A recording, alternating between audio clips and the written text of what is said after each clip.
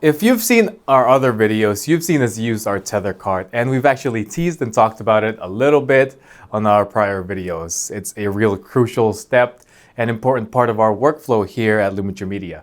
So today we wanted to break it down and show you how we built it and how we use it. Come on.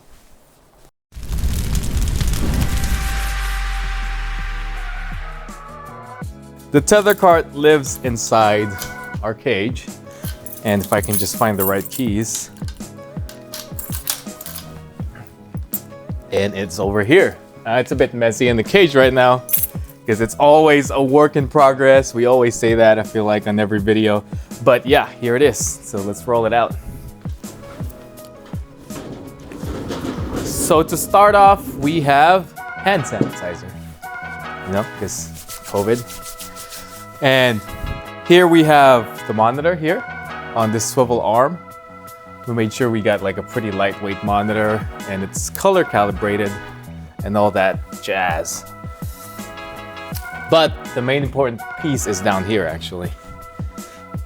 So if you look down here, we have this custom built PC right here that's fast enough to render those raw files quickly when you're shooting.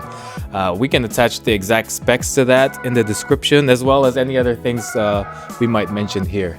So this card is actually from Ikea, and we were just shopping around for office furniture and we came across this, I think it was a kitchen cart.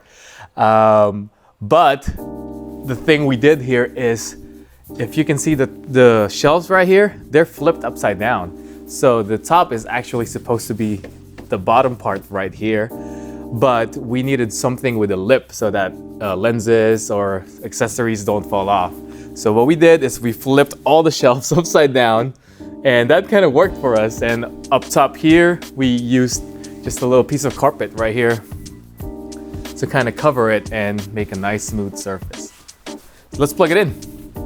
So you can see we attached the power strip in the back, just Velcroed it, or double-sided taped and zip tied it here, just for a power hub for everything. And let's turn it on. And while that's turning on, I'm gonna grab a camera, give it time to boot up. So what we're gonna do here is grab one of these Tether cables, and we eventually want to get every possible connection, every possible port here for different cameras, because we do rent out the studio and other photographers come and shoot here. So we want to make sure they're able to use that Tether station too. So as the usual rule, it takes 3 tries to plug in the USB. All right, this one should be reversible. This is just a lock so that it stops you from yanking on the, but we're not gonna yank on it today, so we're good. Jerk stopper. Jerk stopper, yes. That's Juan, by the way, behind the camera right now. And there's another doodad that we have, another jerk stopper. This one goes into the clip on the camera so that when you accidentally step on the cable, it doesn't pull out the port. All right, logging in. Don't look at our password. Let me open up Capture One. And I'm sure a lot of you are familiar with how Tether works, but we're gonna take a photo here and I'm gonna walk you through what happens when we take a photo. All right, so here is a test. I'm gonna take a picture of Juan right now.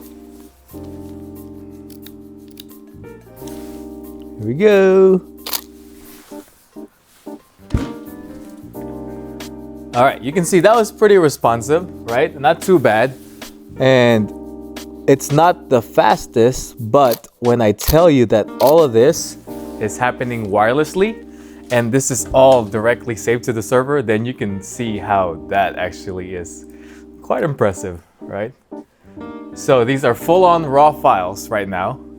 And you see it takes about a second or two to have them populate here and pop up. But let me show you where this goes to.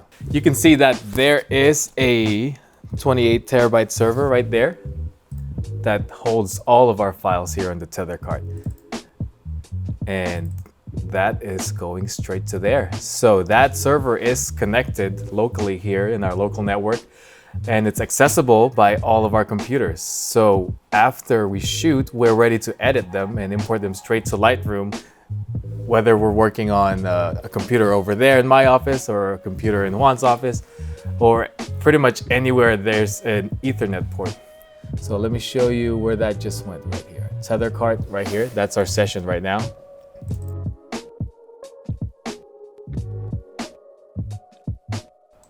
And just to prove it, let's walk over to one of the computers. It's my computer here in my office, and we're gonna show you that the file goes straight there. It's on this. So same thing, server here, tethered capture, tether card. And you can see those same files right there. Pretty cool. So these are ready to import into Lightroom right away. Back to the tether card. Okay, remember when I said all of that was happening wirelessly? Well, we got this Wi-Fi 6 antenna right here. And this is an adapter because the computer doesn't have built-in Wi-Fi. So you have to buy one of these PCI cards, Wi-Fi 6. They're not available in a USB form yet, so you have to get a PCI. So you can't use them on a laptop just yet. But another part is our router, which is up there, hidden somewhere up there that you probably cannot see. But it also is a Wi-Fi 6 router, which is actually faster than your regular gigabit Ethernet port at your house. We upgraded to Wi-Fi 6 because it's just a more smooth workflow, because our previous router, we were struggling with speeds where we were shooting and it was loading and we had to wait before we can see the image. So we were limited to the amount of shots we shoot at a certain period of time. So when we upgraded, now we have a pretty good throughput that we're not really bottlenecked by the server anymore. And what happens is when you shoot a file here, the computer has to process the file, the camera is sending it to the computer, and then through the Wi-Fi network, that's sending it to the server, and you're also accessing all the files from the server. So you need sort of a fast connection to be able to not bottleneck that speed and not have the camera be holding files because it can't send anymore. And that's what was happening, is the camera's buffer was filling because it's trying to transfer some files and it can't because we're waiting on the server. So that's a really important part of that. And we'll link all of that in the description. We'll show you what router we're using right now. And we'll also show you the 10 gigabit network switch that we're using, which all of our walls here are equipped with. Yeah, so this is our Tether setup. We've had multiple iterations of it. We went from an all-in-one to a laptop to now a full-on custom PC just because of that Wi-Fi 6 capability. But if you're looking for a tether card, yeah, it's definitely worth it to have. It's great to have your shots on the big screen. You can move it around the office and you can shoot better. You can see the final results better. But yeah, you don't have to spend a ton of money on a card like the production cards that you can see upwards of $1,000, $2,000. Just get something like this, you know, find something that has wheels, get a custom PC for it. And you don't even have to shoot to a server. You can shoot locally and transfer your files that way. But I really think this solves a big pain point for us as far as having that quick turnaround, because we'll have clients here shooting headshots, and then by the time they leave to go home or wherever place else, they'll have their shots already uploaded into a gallery, and they're always amazed at how fast we turn that around. So that's a big plus for our workflow. No more offloading SD cards, no more losing files because everything's backed up right away. Yeah, hope you guys like it. We'll have everything linked in the description. And again, if you liked it, like this video. If you didn't, dislike it. I hope that was helpful. Don't forget to subscribe and hit that notification bell. And we'll see you on the next one. Peace!